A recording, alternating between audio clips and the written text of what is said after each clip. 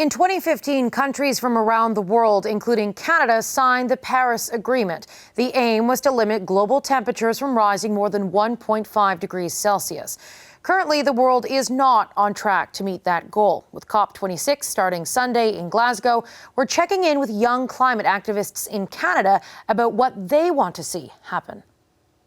Kayah George is an Indigenous climate activist. She's in Vancouver. Rosie Bleyer is a member of Divest Dalhousie, an advocacy group making the case for divestment from fossil fuels. She's in Halifax. And Alienor Rougeot is with the Toronto chapter of Fridays for the Future, a global climate strike movement started by Greta Thunberg. She is in Toronto. Kayah, as we all follow the talks at COP26, what do you want to hear from the Canadian delegation? I want to hear advocation for Indigenous rights, because when we bring up protecting the environment and environmental justice, you cannot not bring up Indigenous rights, especially when you're on stolen land.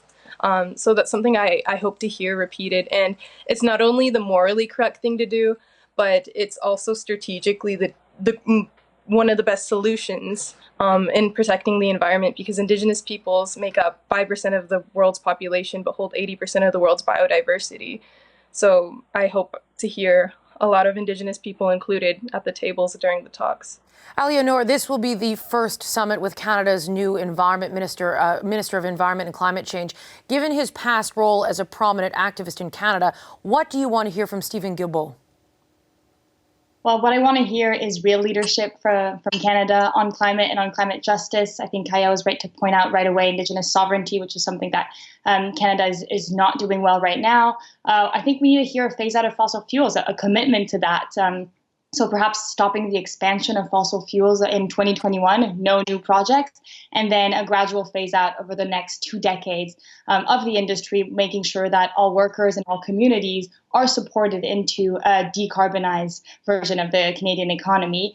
I am mindful, however, that Minister Guilbeault is operating within a larger system, and so I hope he's going to be supported by the rest of cabinet and by all of leadership in Canada for that to be possible for him. Now, Rosie, Canada has a record of missing its climate targets. What are you looking for to see that, this government is perhaps trying to take meaningful steps to change that record? Yeah, so since the Paris Agreement, out of all of the G7 countries, Canada's emissions have actually increased the most. So what I want to see from this COP is, and after this COP, is actual action and not as many empty promises. I would like to see, similar to what the other answers have been, ending subsidies to fossil fuels, and no new projects. That's what we want to see. Real actions to commit to staying under 1.5 degrees. Now, Kayah, since this is a global challenge, do you have concerns that some of the big players are not going to be at the table, or at least not expected to be there, including China? Does that make the conversation more difficult? Yeah, I believe it does. Luckily, we have a vast network of people and a lot of grass movements that can hopefully get connected behind the scenes. I have a group that I work with, ICA, that are trying to connect with Indigenous peoples behind the scenes, but I do think that poses a risk. Not everybody's able to attend and be at the table this year. It certainly is something that a lot of people are talking about, because the situation right now is this climate is coming at a time, and Rosie, I'll get your or Alienor, I'll get your reaction to this. This summit is coming at a time where wealthy nations had pledged to give money to developing nations to help them fight climate change, but they didn't live up to their funding promises. And then you've got some of the world's largest polluters who are not expected to be at the table. Given that that's the situation going into this, are you concerned that this is not going to be the summit that members of this panel are hoping for?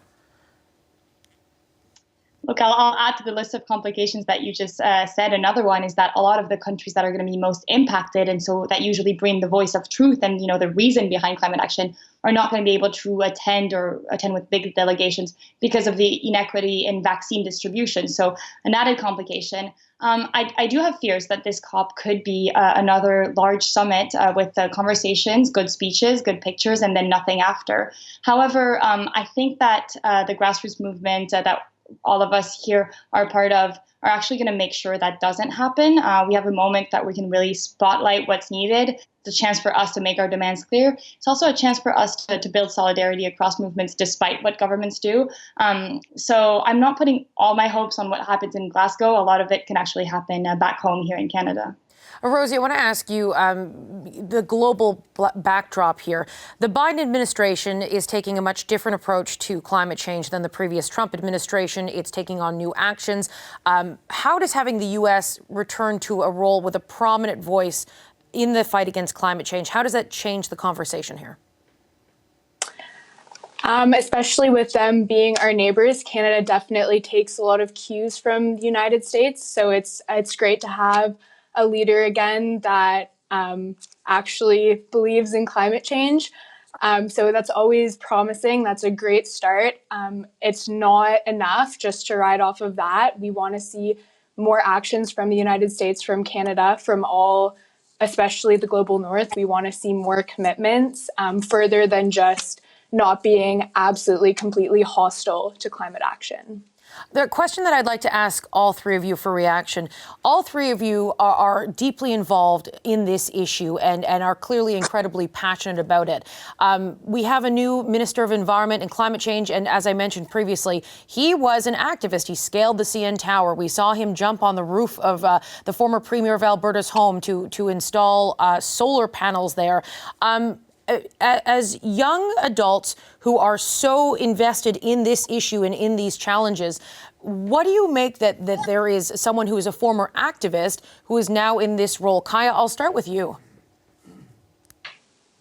So, there's been a long history of ups and downs. I've been fighting against the Trans Mountain Pipeline for most of my life. There have been moves made with us and against us, and it's going to be pretty consistent on my end, whoever's in power, that we're going to keep fighting for our land and our water regardless.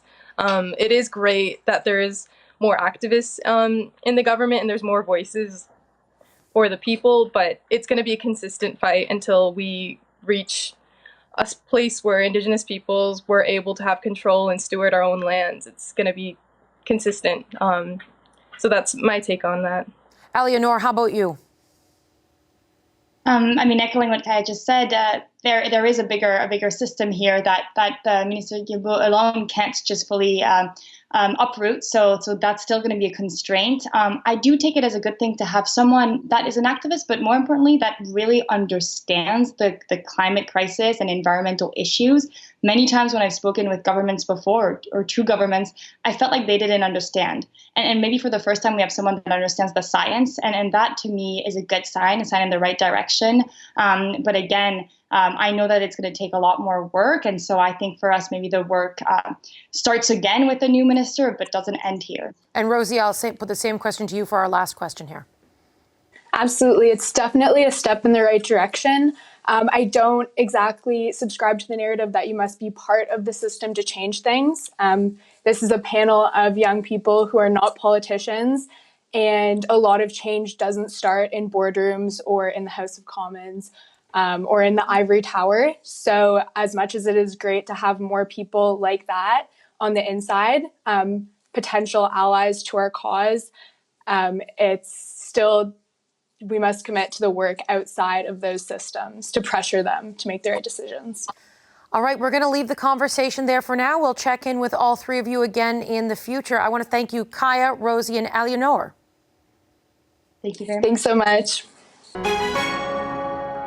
Hi, I'm Vashi Capellos, host of Power in Politics. See more of our show by subscribing to the CBC News channel or click the link for another video.